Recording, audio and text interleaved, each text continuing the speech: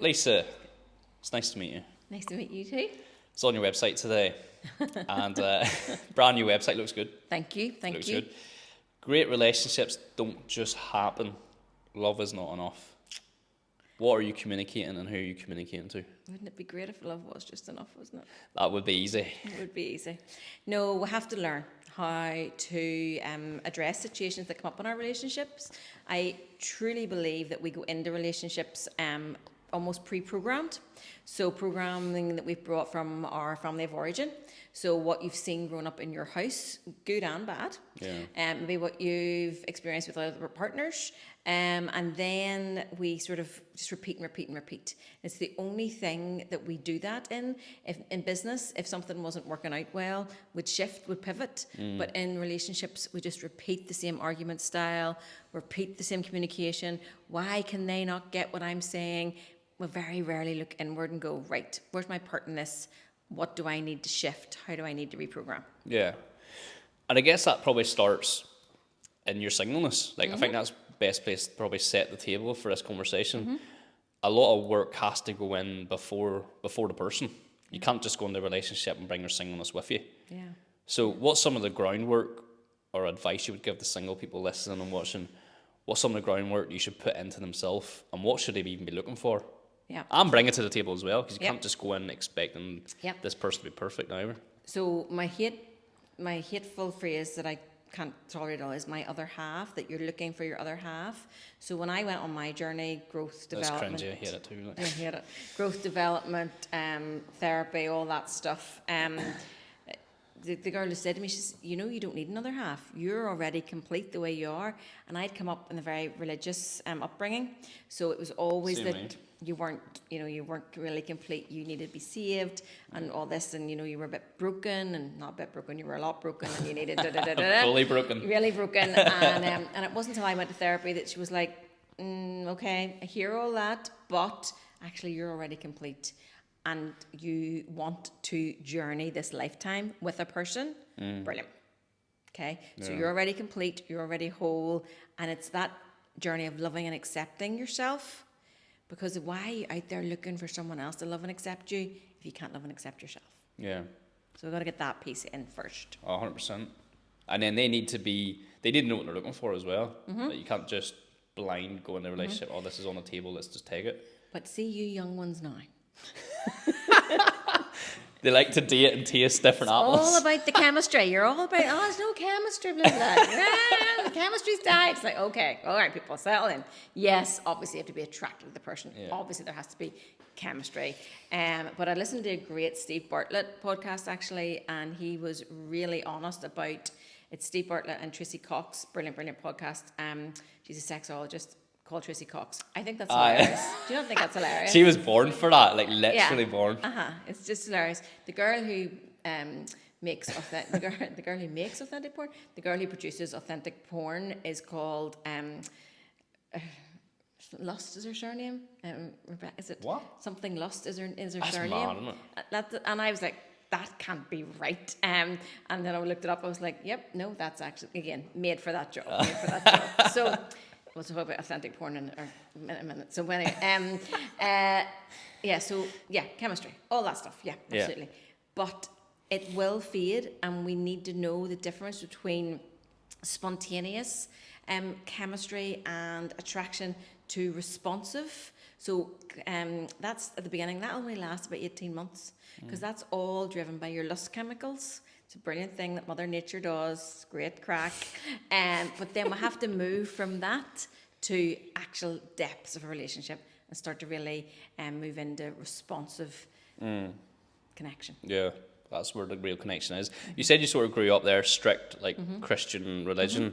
Something that I did as well, and something I always heard growing up, which is sort of true, but I want your sort of verdict on it.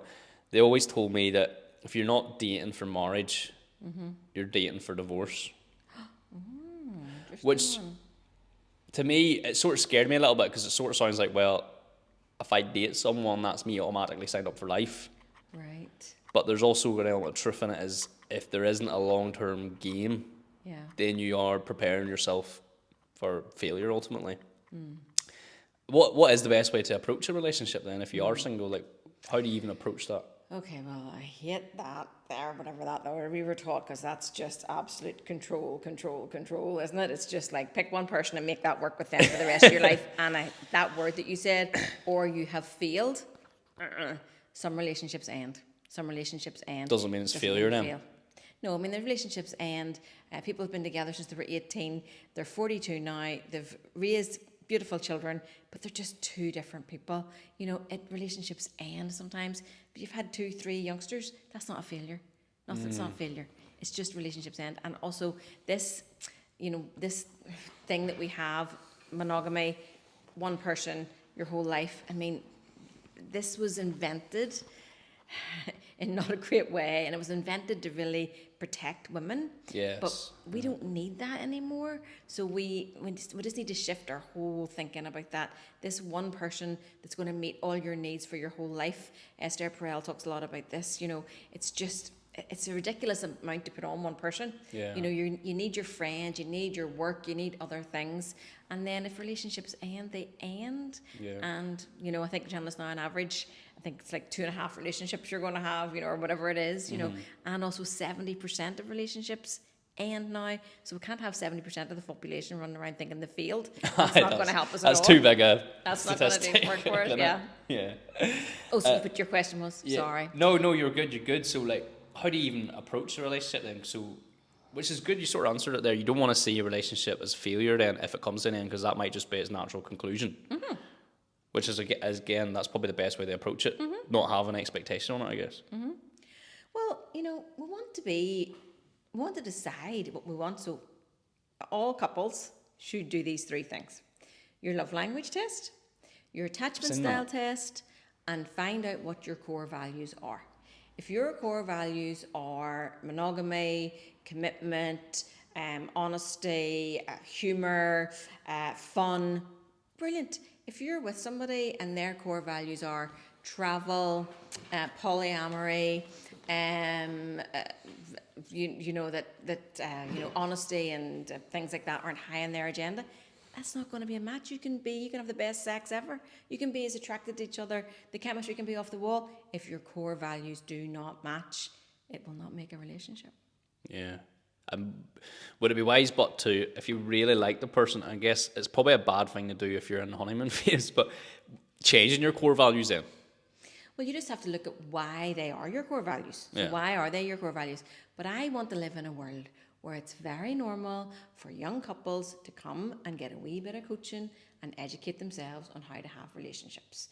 Before you have a baby, you read all the books. Mm-hmm. You go to marriage class as well. You can go to marriage classes at church. But I mean, like people I've coached who've had marriage classes from nuns, like I can't cope with my whole self. I think we need to be going to people who maybe nuns are awesome, but maybe have been married, would be, so, there's things like that. I want to be what I didn't have. I want to be the person that I was looking for when I was your guys' age. That's what I want to be. Yeah. I remember standing in church asking, how do you do this? How do you do this? How do you have children? Keep your love life going, keep communication, work hard. And there's, you just try your best. No, we need the tips and tools. Yeah. I always found in church it was always like a weird standoff, like, especially if you were single, and then like the single people would just be like sort of looking at each other across the room and they don't really know what to do. Because if you do date, it is so looked at as if like, flip, you need to get married now. Yeah. But then if you're not dating it, they're pushing it to happen, but then you're forcing it, and then, as I say, the pressure of marriage is just on there.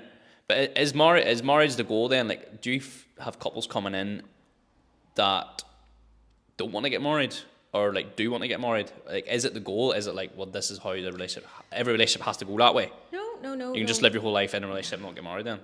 No, I coach couples who've been together 30 years who've never married. Never thought about it? I don't even think they have. I was talking to a girl one day and they were saying about the 4 children and blah, blah, blah. And I just sort of said, this wasn't even, and I was just a girl I met at an event. And I was like, oh, right, and how long have you been? She says, we're actually not married. And it's only now and again I think, God, should we have ticked that box? But like, it doesn't even come into my, it doesn't, it's different. So I'm guessing that marriage is a core value for you. But for some people, it's not. Yeah. It's not.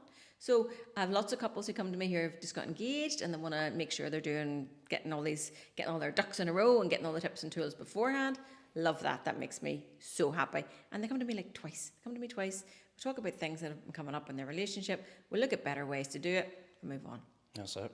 5 things that couples argue about: in-laws, finances, sex, kids, and work. So and all those things are going to happen in your relationship. So let's get the tips and tools on how to deal with those things. Yeah. Finances, amazing. I mean, couples cannot talk about money. Mental. Absolutely mental. They can't talk about money. It's a big thing though, because do you share the money? Like, do you share it in a shared account? Like, I don't know. Like, what do you do? Like, do you keep it yourself? Or grooms, you don't have any clue about what this wedding's costing. All sorts of things. I know that. All sorts of things. Her spending all your money and you don't know about it. Give her my credit card. What is the most common thing you see then? People coming into you? It's usually people who can't. People come to me and say we're not communicating well. That means they're not arguing well. They're having arguments and they're losing connection during conflict. So we want to keep connection even though we're in conflict, and then that affects their sex life. So when you can't keep connection during conflict, then that affects your sex life. And then now we have a couple who, most couples, if I'm dealing with a straight couple, the guy will say, if we just get our sex life back on track, the relationship will happen. And the girl will say, if we get our relationship back on track, then the sex would happen. And they're both absolutely right. Guys need the physical act of sex, and women need the connection with the emotional connection to want to then have sex. Yeah. So we have to know that about each other. Yeah. And how do you conflict healthy? You say everyone has them conflicts. How do you even have a healthy conflict? You take away the word you. If I could teach every couple in Ireland to have conflict without using the word you. You did this and you said that. Yeah. I feel. So this happened, a situation happened, and I feel sad, lonely, upset, disappointed, undervalued, not seen, not heard, not celebrated, because we must be seeing and hearing and celebrating our person. If we're not seeing, hearing and celebrating our person, that's when we start feeling really lonely in relationships. So I felt all these things when that situation happened. And then your person says, I'm sorry, I didn't mean to hurt you. Your person can still have the same opinion. Yeah. I didn't mean to hurt you. And then we move on. Yeah. That is really huge. When you look into your attachment styles, if you're an anxious attachment style, you will want to talk and talk and talk and talk and talk. And more often than not, you'll be with an avoidant who will be like, I can't do this anymore, don't know what to say, don't know how to make this better, can't fix this, so I'm not talking about it anymore. Just run away from it. One's running away and then one's running after like, hello. Not healthy, not healthy. One thing I do believe, like, relationships are basically a reflection of you. And most of the time when you see something you don't like in your partner or even any other person in your relationships in your life, most of the time you're seeing a wee bit of you in there. A wee bit of your shadow. And you're like, fuck, that's why I hate that bit so much. And that comes under, obviously, the 4 C's that you have in this plan. So Yes. You've got a new plan out. A new plan. And the conflict's in there as well under the 4 C's. So talk us a wee bit about this plan and the 4 C's and how that helps people. Okay, so it's an online course. Thank you very much for bringing it up. It's an online course because I talk to people all the time. Oh, I wish my partner would come for a bit of coaching. I wish my partner would do this. There's just no way they'll come. They're so embarrassed. I'm like, gotcha. So I'm going to build you something to do from the comfort of your own house. So we've built this online course. So the first module is about confidence, and that's all what you're talking about. It's this inner work. It's looking in, and I would talk a lot about, how full is your cup. So if 10 is the best you've ever felt in your life, and 1 is the worst you've ever felt, identifying where we are, in our completeness, in our fullness. What work do we have to do on ourselves first? Lots of guys are running around on about a 3. And it's just really not good. Yeah. Why? I think lots of guys who are in relationship put so much into the relationship and they forget to put their own oxygen mask on. They're looking after their wives, they're looking after their partners, they're providing, they look at the kids, they're doing, they're trying to make everybody happy, and they forgot to go and play 5-a-side with their mates. They've forgotten to go out, and so men need 3 things. So they tell us. Men need a man cave, I Does confirm like a that one. shed. Yeah, we Yep. do. They With need PlayStation in there. they need to do something with other men so they can talk, because the men only talk when they're doing activities. They don't talk over coffee. It's very sad for them. And then they need time to be doing absolutely nothing. So men need time to do absolutely nothing to fill their Amen. time. As No women, cleaning and all that. We need to just chill. yeah, yeah. There's some men actually who do like tidying and cleaning. They find that quite therapeutic, you know. I bet we bet like that. Yeah. Now we're talking here very generally. She's like, oh, The odd wee dish, I'll clean and put away, and it makes you feel good. Right, just tick that wee box. Yeah. But like I'd say to my hubby's a cyclist, and I'd say, so what do you think about what he goes, you'd be out for 40 miles. You could be away for hours, out 40 miles, done, come back a little bit. So listen to a pod. I was like, no. Feel great. I'm like, but did you not? Nope. I'd love to be able to tell you all what you want to hear right now, but it's just not happening. Then maybe later on the day, I'm like, oh, you know what? I was thinking about when I was out, but just that time to clear their minds, you know. Yeah. You know, we're being very general here. What about women? What's the things they need? You talked about men there needing Yeah. things to do with men, do nothing. Yeah. What's women need then? Well, women are actually quite good at knowing what their needs are and fulfilling them quite naturally. And women are much more intuitive, so even they're tuned into themselves more. So women will be able to say, I'm at the end of my tether. I am at the end of my tether. I need to go out with the girls. I'm at the end of my tether. I need time by myself. Women are quite good at that. Guys tend to be, they just get to the brink, really. They're poor at measuring where they are, and they're really poor at communicating where they are on this tether, whatever a tether is. They're very poor. Yeah. So it's about checking in with your person and saying, like, you know, if 10's the best you ever felt, how are you feeling today? Another thing at women, we're talking terribly heterosexual here, shocking. Another thing that women tend to do if they're with a man is, you okay? You all right?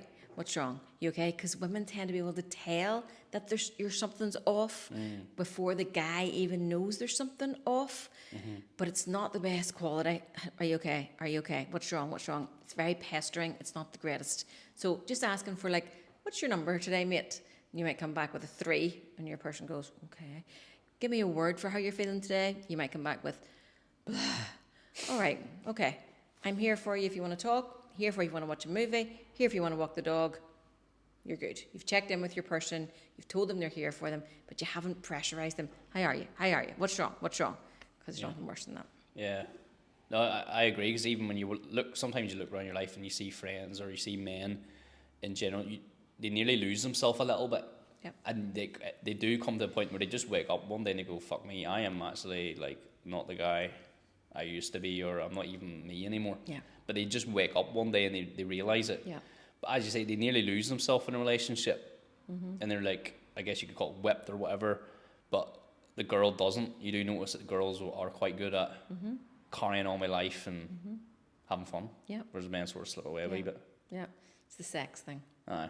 We just get, you know, it's just like, you know, oh, this is my person. This is my person that I have sex with, so I am going to put all my time and energy into that, because I'm getting all of this when I do that.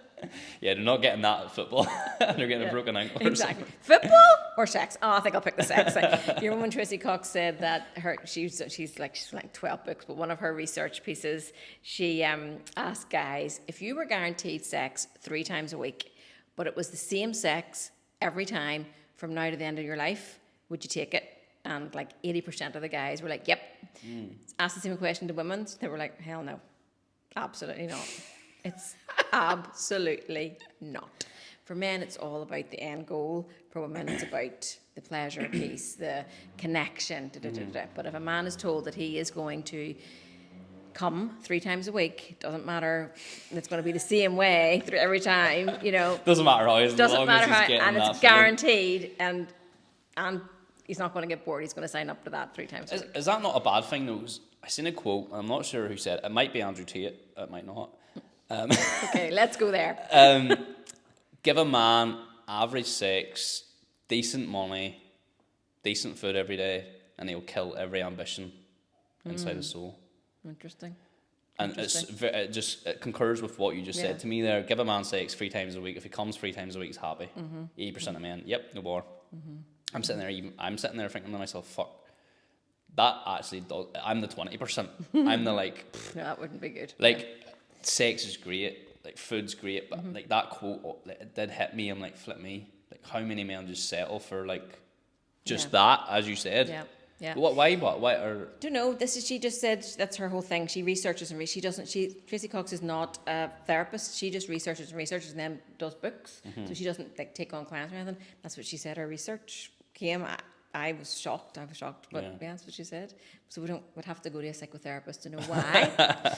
Get them in next. Why. Yeah, get them in next. I have a great one for you. I'll pass you on. But yeah, we have to go to a psychotherapist to know why. But the bottom line is, women like variety. What they're saying is, women like variety. Women like, and maybe it's more like women like a bit of change and that's more fluid. Where a lot of men, it's more security thing maybe. Yeah. As well. Is relationships a spiritual thing then? Would you say? I think that relationships bring you to the best version of yourself. And I think that you only really get there in relationship. Now, it doesn't have to be with a lover. It can be with a friend. It can be with a work colleague. But we learn the most about ourselves, I think. And I do think a really lovely, healthy relationship can have moments of bliss. And I think that's probably the closest you're going to get on this earth to what a spiritual domain looks like. Doing life solo without intimacy, you feel like you probably won't reach the best version of yourself. There's not tons of people. There's 2% of people who don't want to be in relationships, don't think about sex, don't want sex. They're perfectly happy. But the people who do, yeah, you're going to reach the best version of yourself when you journey with another. Yeah. And like you say, have the ability to look inward and say, right, what's this triggering in me? Do I need to go and talk to somebody about this? I believe that we are built for a relationship. I do definitely. I think it was. We're social beings, aren't we? Like, that's what killed us during COVID. That was exactly. But COVID, that's what proved it. But I think it was the Greeks that coined the whole "your heart is broken until you find your other half." Now we're not another half. We've never been through this, but I think the idea is, that the journey of the lifetime with someone is a lovely, lovely thing. Yeah. You've heard of the term soul ties, I imagine, through church. Is that something that you believe is true? That whole term of having sex with someone creates a tie with that person. It's nearly like if you can imagine gluing a piece of paper with a piece of paper. You have sex with that person, that's what you do. And then when you tear away, you're tearing that piece of paper that's glued to that piece of paper away. Yeah. So basically every single time, you basically spread yourself thin to a point where there's only 10% of you left. Is that something that actually happens? Have you seen evidence of this? Or I personally would believe that when you're with somebody to have sex with them or you're in a relationship with them, there's an energetic exchange, but I don't like anything that makes us feel less about ourselves. So if we're getting told that you shouldn't have sex with that person, or if you have sex with that person, that's your soul tie, and if you pull away from that person, then you're leaving a part of you, so then you're less than. Anything that has anything to do with shame and guilt, I'm not for it. It is definitely a big no-no for me. We want to be respectful and caring, but we each need to journey this lifetime. Yeah.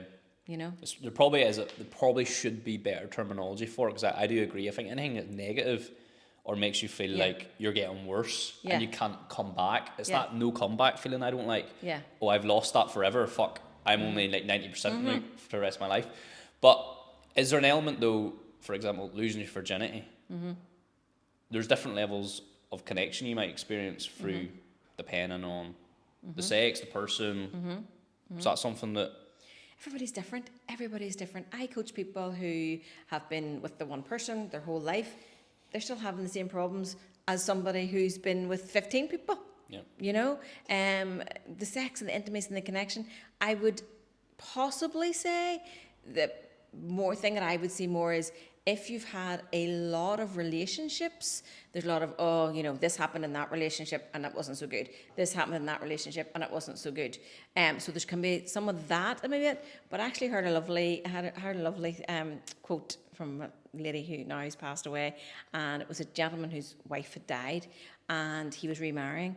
And we were just all sort of like, oh, it's so bittersweet, and and is it the right thing to just chat now, and would you, and and it was reasonably quick after his wife had passed away. Yeah. And this lovely older lady said to me, do you maybe not think it's actually a lovely thing that he had a great marriage and he wants to be married again and he wants another great marriage? Yeah. And I thought, lovely. That's very true. Really nice, we seem to go to the negative. Yeah. Go to the negative. Because a lot of people don't want to get married because they see people that are married. Yeah. And they're like, fuck, I don't want to be like that person. Yeah. Well, I told my husband I didn't want anything serious.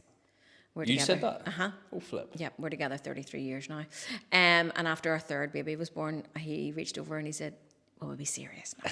I was like, nope, not having it. Because serious to me is those couples you see sitting in restaurants not being able to speak. Serious to me is serious. Serious to me is just heavy and serious. And I'm not a heavy and serious person. I'm perfectly intelligent and all those things, but I'm not serious, heavy person. Yeah. And probably one of my core values would be, fun, light, that sort of thing. So yeah, I think we pretty much are serious, but anyway, we'll have to get You're over just ourselves. a little bit serious now. we tiny bit serious. I seen a stat, I think it's on your website as well, that over 50% men and women but experience infidelity, they cheat. Yeah. Why does that happen? Yeah, so the data tells us, again, people come at me sometimes about this, I don't make this shit up. I read books. I study this. This is I actually do this. What the data tells us is infidelity does happen when two people are happy, but it's quite rare. It's quite rare. Infidelity happens when there's already a little glitch in the relationship, when one or other is not being seen, heard, or celebrated, or stress has come in, or there's a disconnect with you, and there's this disconnect with the two of you, and there's maybe stuff that you haven't resolved, or conflict that you haven't, and this new fresh person, it's all fresh and shiny, and it'll not be as complicated with that person. So that's what the data tells us. Yeah. Because it's almost like doing the honeymoon thing again, isn't it? Mm-hmm. Yeah. That's the nice bit. It feels good. Everything's good. And remember, with that new person, we have all the lust chemicals that are kicking off, and this is all easy, and this is all light and fluffy and fairy tale-y. And it's like, okay, but that is a real relationship that you're in, which isn't going to feel fluffy and fairy tale-y every day of the week. You're going to have to work at it. It's going to be intense sometimes. Yeah. But that's what the data tells us. Yeah. Esther Perel is your queen for that. Her books are called Mating in Captivity and The State of Affairs. And she studies, that's her data, that's what she studies. Thing. Yeah, that's her whole thing. Wow, that's cool. Yeah. Experiencing heartbreak in relationships then, again, it can be looked at as a negative. Yeah. But also the positive, sort of similar to the story you just brought up about the man that wanted to get married again. The positive, I guess, being you actually felt love. Yeah. People say to me all the time, I should be over this. I'm like, okay, you've been with somebody for 2.5 years. You're not going to be over it in a week. And you don't want to be the sort of person who's over it in a week. You want to mourn. You want to feel it, don't you? So we have to mourn. So the 5 stages of mourning are anger, disbelief, bargaining, sad, and acceptance. But when it comes to relationships, we have to mourn twice. So you mourn, you miss the person, but you also have to mourn for the thing that you made up in your head. The imaginary thing when you were going to get married, the kids, what the house was going to look like. So you have to mourn twice, which is hard. Yeah, because most people marry the idea in the head first before you literally put a ring on it. A lot of people fall in love with potential, not actually what the person. Sometimes you'll see on my thing, when someone shows you who they are, believe them. We fall in love with this 20% that turns up every other Tuesday. No. Actually fall in love with the person who is presenting to you. Maybe they're hopeless with time. Maybe they, don't have the best hygiene. I don't know, something, fall in love with the person who's standing in front of you, not this version this fairy tale version you've made up. Yeah. Is porn a healthy thing in relationships? Is that something that you've encountered in your relationship coaching, whether it be a healthy thing in the relationship or it's came across as a negative? Yeah. Porn can be very healthy within a relationship. It has to work for the couple. For both. And it has to be transparent. So I always just say to people, if you are using porn and if you are self-pleasuring and it is having an effect on your connection with your person or your sex life, then it is a wee bit of a problem. If you're self-pleasuring at 4 o'clock in the afternoon and your person comes home and is putting the moves on and letting you be clear to you that they'd like to have sex now when they come home from work, and you've self-pleasured, and maybe you're 18 and you can do that, that's no problem at all, but maybe when you're a wee bit older, that's just not going to happen as easy. You have to relook at that. You have to relook at that. Yeah. Is it possible not to be sexually compatible then? Like people talk about, especially as you say, like young people, oh, I wasn't sexually compatible with that person, so then therefore I move on.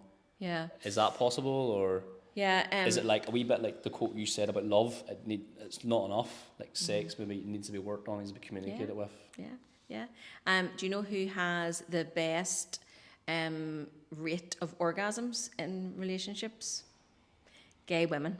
Do you know who has the best communication around sex? Gay men. Do you know who has the worst rate of communication and the worst rate of orgasm? Heteros. I suppose because the same sex understand the same sex, obviously. Gay men have to do a bit of chatting before they figure out what's happening. Whereas as a man and woman, they don't understand each other, do they? They don't really understand, and they also just do what they think or have seen or something. They don't actually say, is this right? Do you like this? Does this work for you? You know, maybe you had a partner and they thought this wee move was the best move ever, and this new person's like, what the frickin' hell is that all about? That's gross. You know, you have to say your words. You have to say, works for me, this doesn't work for me, I like this, I like that, you know, and not be all hurt and offended when your person's like, yeah, no, I like that bit there better. I always tell couples, don't talk about sex in the bedroom. Talk about sex with a cup of tea at the kitchen table, you know, and make it like, you know, I really loved it when this happened. This bit, I was like, I'm not so keen on that, and I really loved that bit, you know. Make it like a compliment, a shit sandwich, you know, compliment, a wee bit in the middle, and then the compliment again. Yeah. And don't talk about it when you're actually making love. Yeah. No one wants to hear that shit. When's the right time to look at a relationship coach? Because I know, like, it feels like if you've done it, even like a few years in, even like myself, you maybe feel like, fuck, it's maybe getting really serious or something's going really wrong. Yeah. It's almost like that taboo area in life. Like, if a friend found out, or God forbid, a family member found out you went to a relationship coach, Jesus Christ, they must be fucking on the ropes. Yeah. Or whatever. And that was our story. So when we went, I keep saying 7 years ago, but I think I forgot about the 3 there in the middle. It must be 10 years ago now. When we went, we just had a really busy life. We had 3 teenagers. We had another business together, and life was just. And you know, we've discussed that we've discussed this. It's not all serious over here. It was just all getting really serious. And I mean, I'd put my card out about the serious thing. So it was all getting very serious. And I would say both our cups. So this cup thing that I talk about all the time. I'd say both our cups were sitting on about a 3. So that is not good, because if you only have a 3 in the bank in your cup, you can't then fill the relationship cup. So I would talk to a lot of people about, you know, it's not about you and you, it's you're building a relationship. So, and I didn't know that either. So when we're trying to build something and we're building it and our tanks are empty, that's not good. That's not good. You can't do that. So when we went on our journey, we didn't tell anybody, didn't tell the babysitter, couldn't have told my parents. What good wishes, you know about Lisa, and they're going like they're on the rocks. And that is one of the big things that I really want. I want to live in a world where that's not a thing. I want to live in a world where it's almost uncool to not have had coaching. I want to live in a world where you say to your mates, yeah, I was with the relationship coach there and she was just saying that what we have to work on this week is blah, blah, blah. And your mates to go, cool, brilliant. That's really good. Give me your number. I must do that myself, because that sounds like if your business was struggling, you would have no shame and guilt on going and getting that sorted out. Yeah. If you're freaking Apple, you know, you go and you stand up there in that shop and you just walk in and you go, it's not working, help me. You know, you just like sell your soul to the devil, you know, you know, no shame, no guilt. If these microphones weren't working, you'd be on to the person.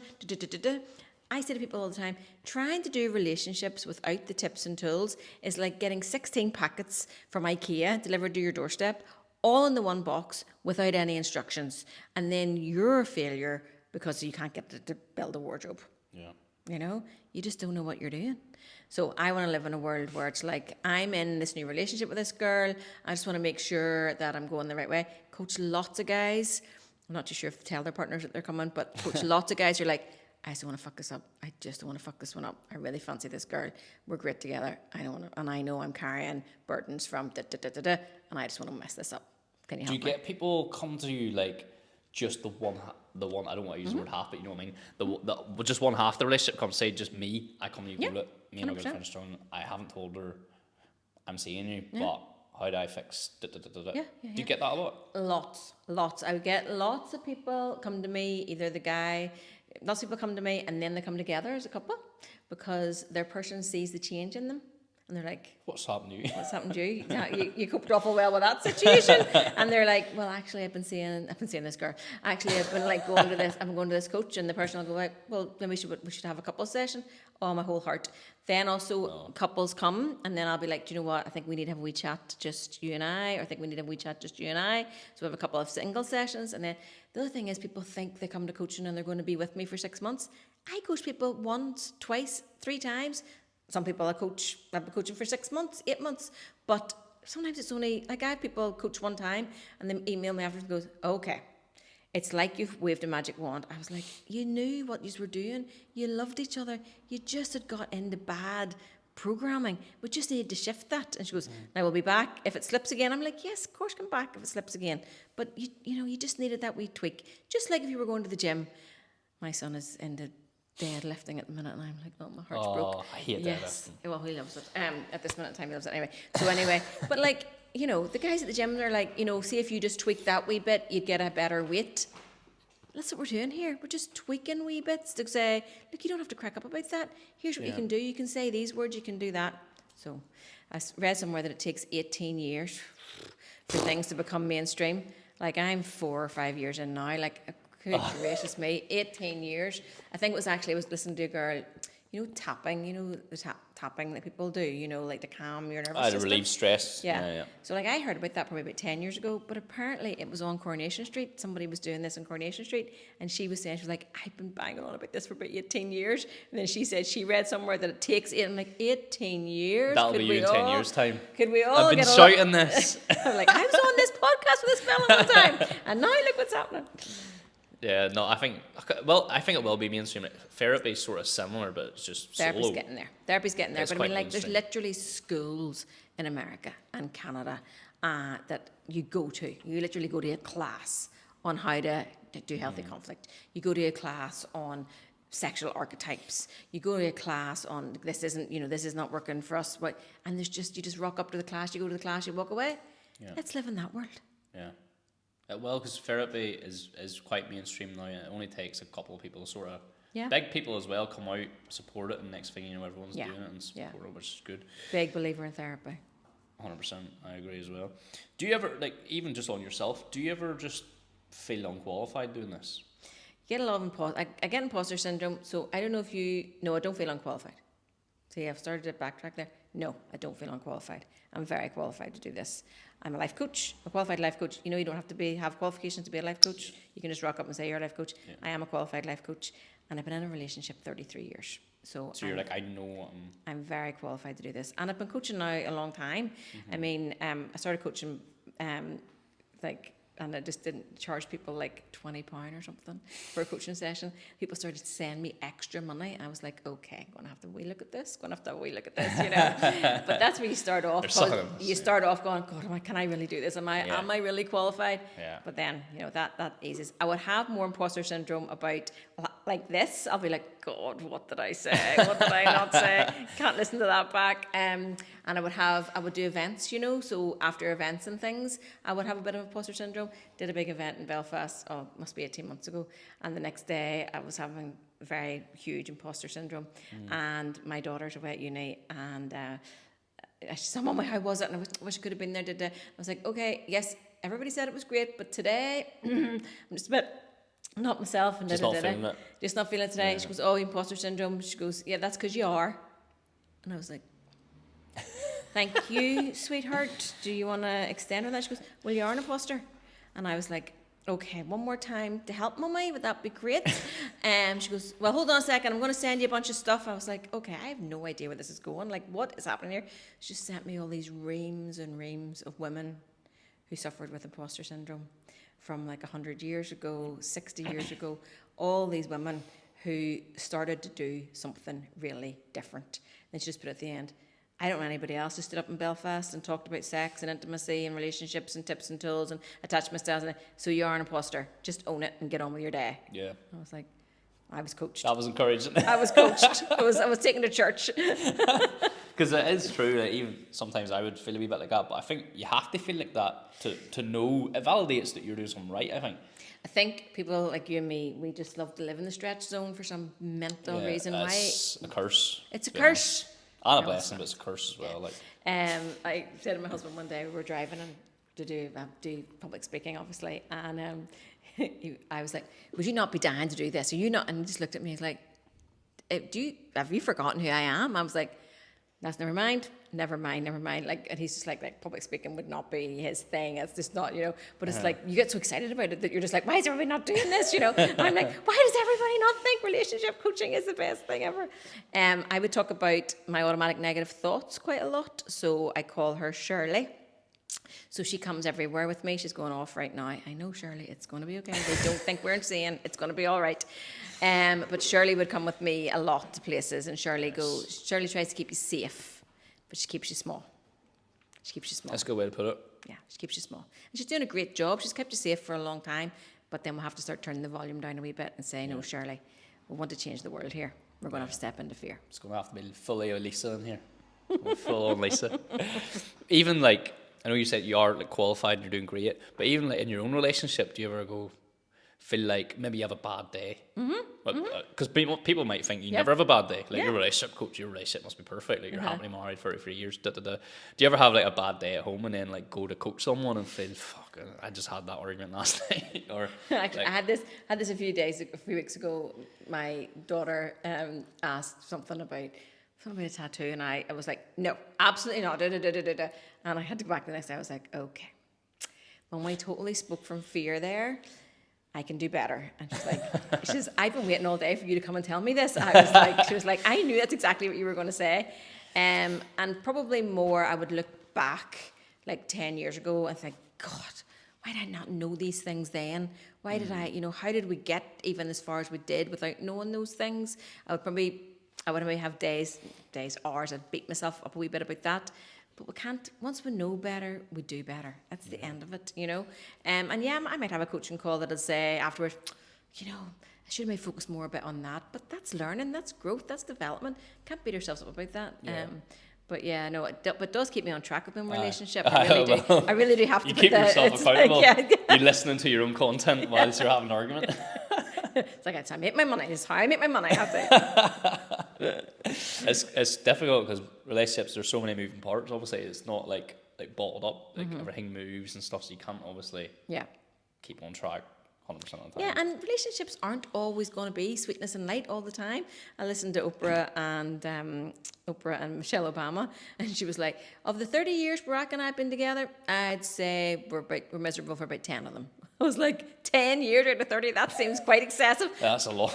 But I suppose when you put like 6 months when they moved into the White House, maybe another couple of months when the kids were born, you put all those months together, you could come up with a few years right and quickly out of 30 years, And there are going to be times in relationships that there are going to be difficult parts, and you do have to just, you're sticking with that commitment, the promise you made to each other, showing up for each other, showing up for the relationship.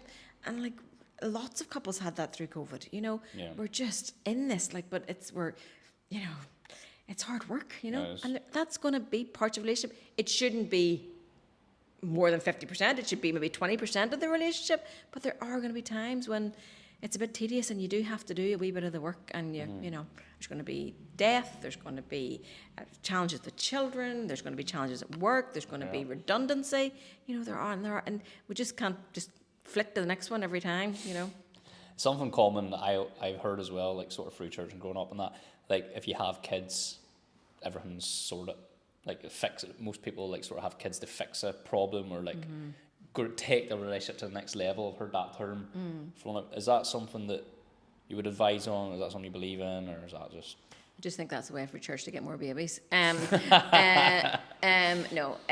Okay, so here's what I do believe. Having a baby will be very, very stressful. So if your relationship is not in a good place, having a baby is not the thing for you. I'm virtue signaling here. Okay, having a baby is not the thing for you. And I mean, why do we do this? Why do we do okay, we're miserable in this job. We're miserable working for this company. So you know what we're going to do? We're going to go for a promotion. No. Okay. Our relationship's not working. So you know what we're going to do? We're going to put more pressure on it. And I have raised 3 beautiful children now. It is stressful. They require a lot of you. And if you're in a relationship where that base is not there, it's going to be a lot. It is going to be a lot. I mean, just put in sleepless nights for one thing. I mean, and your sex life is going to deplete when your babies are wee. Like, that's just a fact. So just put those 2 wee things in and yeah, absolutely. You can figure out how to go. Have a baby when things aren't great. Sure, that sounds like a great plan. Like, that's not rocket science, sure it's not. Yeah, and I've heard it, like, and there probably is real life examples, like, but you're just like, flip me, how does Something people on the even TV come to that conclusion? Like, something was on the TV the other day, and the baby was born. Oh, it was Outlander, my absolute favourite show in the whole world. And a baby was born, and I looked at my husband and I went, remember those first 5 minutes? It is lovely. Isn't it? Like that first, maybe 24 hours, it's lovely. And then it's just like all hands to the deck, you know? No, you're spot on. There's a quote I live by. I always talk about it on the podcast. It's called "Better at 70." Got a tattoo on my leg, just basically right here. And it's basically a quote I live my whole life by. So I want to get older but get better. Yep. Because most people get older but get worse. Yep. And it is in terms of relationships. It's not necessary. I'm not talking about money. Yeah. Or like wealth or anything like that. Like just relationships in my life. I want to get better. Yeah. I see people at 70 years old, like quality of relationships are so low. Based on the things we just talked about today and relationships being so poor. Is there a quote that you live by that you sort of wake up every day and it gets you going and it helps you do what you do?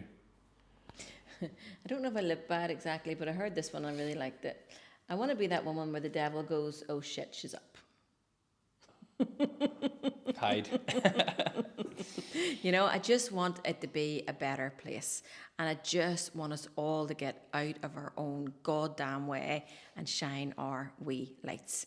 I believe that every single person has a wee divine spark in them. And I think stuff happens through your life. Maybe you're bullied, maybe you didn't have the best upbringing, maybe money was tight, maybe you had too much money, whatever it was, maybe so-and-so said such and such, whatever, and the world dumps all this shit on us, and our job when we get to this stage is to scrape all that back and get this wee pilot light lit up and really, really shine just our wee light and not worry about what so-and-so is going to think, because so-and-so is going to be dead probably before you. And you're not going to have lived a big full life because you're worried about what so-and-so is thinking, and they're just not even thinking about you. Yeah, I agree. People think about them a lot more than they do, but like reality, no one cares or thinks about you. We're all only worried about ourselves. When I walk out of here, I'll just be worried about what I said. I'll not be worried about what you said. Exactly. I'll be worried about, oh God, Lisa, you should have sworn. You shouldn't have. And I'll be thinking about what I said, not what you said. Yeah, exactly. That's how it works. But we land in our houses, or sit in our houses going, they're thinking about me all day long. They're not. They're thinking about themselves. When this all went mental in COVID, we were going out with friends we hadn't seen. It must have been about a year and a half, we hadn't seen them, and this had all went a bit insane. And I was like, oh my dear, what are they going to say? What are they going to... We were with them for about an hour and a half before anybody even mentioned, oh, Lisa, are you doing like a new thing? It's not on their radar. It's everything to me, but it's just not on their radar. And they were just like, is it going well? I went, it's going well. Move on. We're having dessert. Like, that was the height of it. I had myself up the high dough, and it was hopeless. No need. Final question for you. I actually bought the Diary of a CEO conversation cards, so I know you watch. Excellent. I do, Steve yes. Bartlett. So you've probably seen these. So excited. These are probably really good for your actual relationship. Yeah. You should bring out relationship conversation cards. That's a business idea for you right there. That would be great. I'd buy them. Like affirmation cards. Yeah, that would be good. Yeah, okay. Good idea for you. What one am I going to get? So I bring these on to every pod, especially on the lads episodes, but to my guest episodes as well. Yeah. So you know how conversation cards work. Yep. On his podcast, and I've got one here from James Watt. Now he is Brewdog's founder. Oh, perfect. So he's got an amazing business he's built up over the past few years. So he left a question, and I think it's a good one for you because it might tie into like relationships and what you do. His question is, What is the belief that you hold that most people disagree with you on? That relationship coaching should be a real thing. That Amen. it should just be a real thing, that we shouldn't have any shame and guilt about it. And I just feel like I'm pushing that rock up a hill still, you know? Take away the shame and guilt. Come for a wee bit of coaching. Read a book. Talk to your friends. Download something. Even if things are going good as well. Better to Tap go when into things it. are better when things are going good. Better when things are going good. See, when a couple has come to me a couple of times and then they're in a really good place, I can do so much more with them when they're in a really good place. When they come to me and they're not in such a, I always say, don't wait till the wheels fall off. Just come when things have just got a bit like, okay, we're just not, definitely not as good as we were. Just come then. We can address that. But then when you're in a really good place and really connected, I can actually go a bit deeper. Because when you come at the beginning, I'm just putting fires out. Okay, I'm going to put that fire out, I'm going to put that fire out, I'm going to put that fire out. But once we get to a good place, let's look a wee bit deeper and say, what's causing those fires? You know, that sort of way. But yeah, that's my one belief. Great answer. Where can people find you then? Where can people sign up for this course? So just my website is relationshipcoachni.com. Instagram is relationship.coaching.ni. There's tons of free stuff on the website. There's a reconnect letter that's free, and I'm not messing it. 500 people have downloaded it. It is mental. Wow. There's other, like, happy ever after is not a real thing. There's no other free things. There's little like mini webinars. They're like £9 or something, and then it sort of scales up and scales up. And but there's an offer on the course at the minute, and yeah, and then it's yours forever. You buy the course, it's yours forever, and you just do it at your own pace. Yeah, check her out. Relationships is something we all do. We all have them, whether it's intimate relationships, friendships, family. So to do relationships better is better at 70. So everyone needs it. Make sure you sign up, like and subscribe to the video. Thank you so much. And Lisa, it was really nice to meet you. Thank you so much. Thank you. Thank you.